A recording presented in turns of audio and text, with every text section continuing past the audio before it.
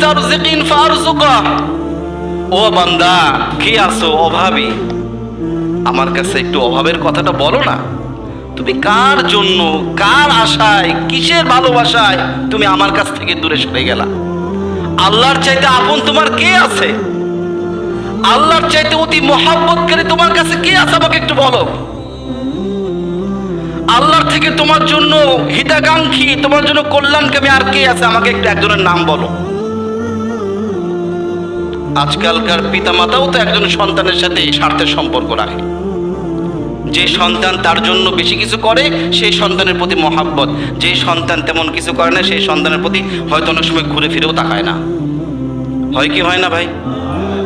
তাহলে আর কি আছে? স্ত্রী, সে তো সামান্য সময়ের জন্য,